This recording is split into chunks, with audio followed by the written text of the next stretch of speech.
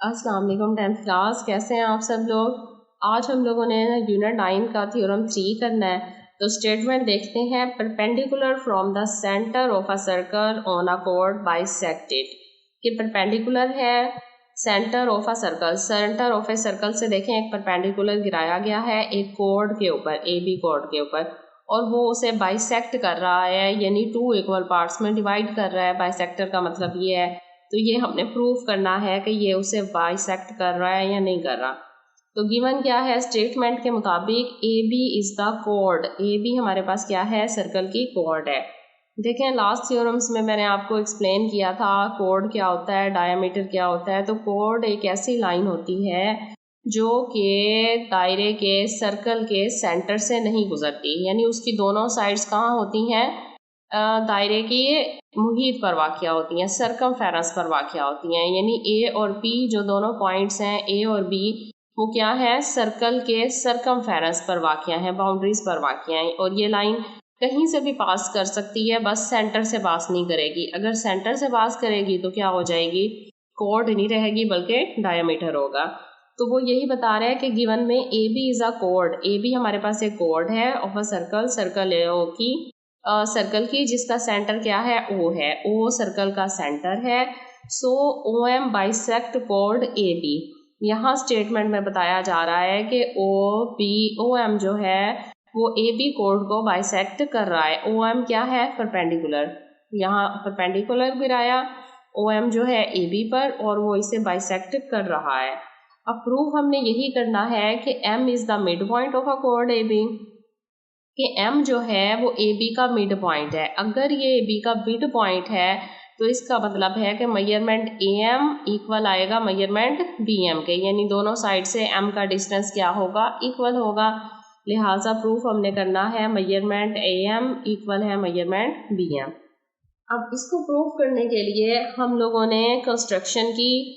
तो कंस्ट्रक्शन में ओ को ए से और ओ को बी से ज्वाइन कर लिया। इस कंस्ट्रक्शन है इसलिए इसे डॉटेड लाइन में जाहिर करना है आप लोगों ने।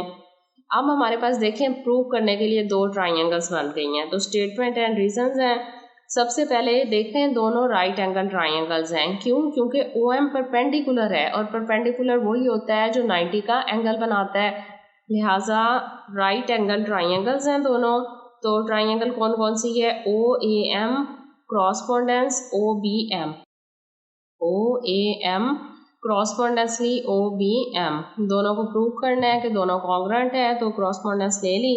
अब वो बता रहे हैं, नेक्स्ट स्टेटमेंट है कि major angle O M A equal है major angle O M B, equal 90 degree के। अब देखें सेंटर वाला एंगल शो करता है जब तीनों नाम आते हैं, तो एम और एम, यानी दोनों ट्राइंगल्स में एम एंगल जो है वो 90 के हैं। कौन कौन सा, ओ एम ए और ओ एम बी, ये जो बॉक्सेस में शो हो रहे हैं ये ओ एम ए और ये ओ एम बी, ये 90 डिग्री के हैं। हमें कैसे पता चला जी, गिवन से। गिवन में हमें पहले बता दिया गया था कि ओ एम जो है वो ए बी पर परपेंडिकुलर है। तो अगर ये परपेंडिकुलर है तो जाहिर है दोनों साइड्स पे एंगल कौन से बनाएगा, 90 के बनाएगा। तो एक एंगल तो प्रूफ हो गया। अब देखें हाइपोटेनस की बात हो रही है कि ओ ए इक्वल है हाइपोटेनस ओ बी के। अब देखें ये 2 ट्राइंगल्स हैं आपकी, ये परपेंडिकुलर था इसका, परपेंडिकुलर था इसका, ये पहले ही हमने बता दिया कि इक्वल था। फिर उसके बाद एंगल्स भी इक्वल हो गए। अब वो हाइपोटेनस कौन सा है इसका, ओ ए और ओ बी साइड है।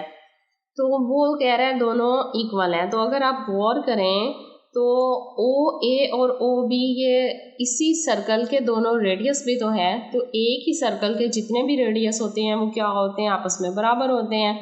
लिहाजा ओ ए रेडियस इक्वल है ओ बी रेडियस के। तो प्रूफ हो गया radii of the same circle, क्योंकि ये रेडियाई हैं दोनों के सेम सर्कल के। लिहाजा उसके सेम सर्कल के हम जितने मर्जी रेडियस ले लें वो सारे क्या होते हैं, आपस में इक्वल होते हैं। एक एंगल और एक साइड इक्वल हो गई। अब थर्ड साइड ट्राइंगल की कौन सी थी, ओ एम, मेजरमेंट इक्वल है ओ एम के, कॉमन है। ओ एम जो है वो दोनों की साइड्स क्या है, कॉमन है, लिहाजा दोनों एक दूसरे के इक्वल हैं। तो हमारे पास एक एंगल और 2 साइड्स इक्वल हो गई। तो 3 चीज़ें इक्वल होने से हमारी ट्राइंगल कॉन्ग्रुएंट्स हो जाती हैं। तो triangle O A M congruent है ट्राइंगल ओ बी एम के। अब देखें राइट एंगल ट्राइंगल्स में कौन सा पोस्टुलेट पूरा हो रहा है, हाइपोटेनस और साइड। कि अगर किसी का हाइपोटेनस दूसरी ट्राइंगल के हाइपोटेनस के इक्वल हो और एक साइड दूसरी साइड के इक्वल हो तो वो ट्राइंगल्स क्या होती हैं, कॉन्ग्रुएंट होती है। तो कौन सा पोस्टुलेट आएगा, हाइपोटेनस हमने क्योंकि लिया था, हाइपोटेनस साइड कॉन्ग्रुएंट है हाइपोटेनस साइड के, तो ट्राइंगल्स कॉन्ग्रुएंट हो गई। अब अगर ट्राइंगल्स कॉन्ग्रुएंट हो गई हैं तो हमने प्रूव किया है कि परपेंडिकुलर के इक्वल था, कॉमन था ओ एम के, और साइड के इक्वल थी, रेडियाई ऑफ द ओ ए और ये साइड क्या थी, एंगल 90 की थी। तो सीधी सी बात है ए एम भी कॉन्ग्रुएंट होगा बी एम के, थर्ड साइड है इसकी, तो hence measurement A M equal है मेजरमेंट बी एम के। Corresponding sides of a congruent triangle, क्योंकि इसकी ट्राइंगल्स ये दोनों कॉन्ग्रुएंट है तो इनकी क्रॉसपोंडिंग साइड्स भी कॉन्ग्रुएंट होगी।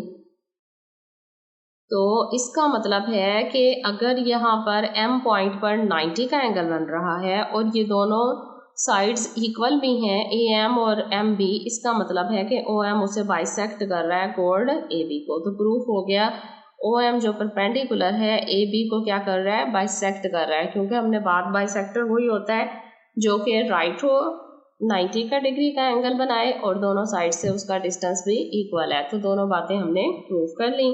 ये हमारा थ्योरम था, थ्योरम 3।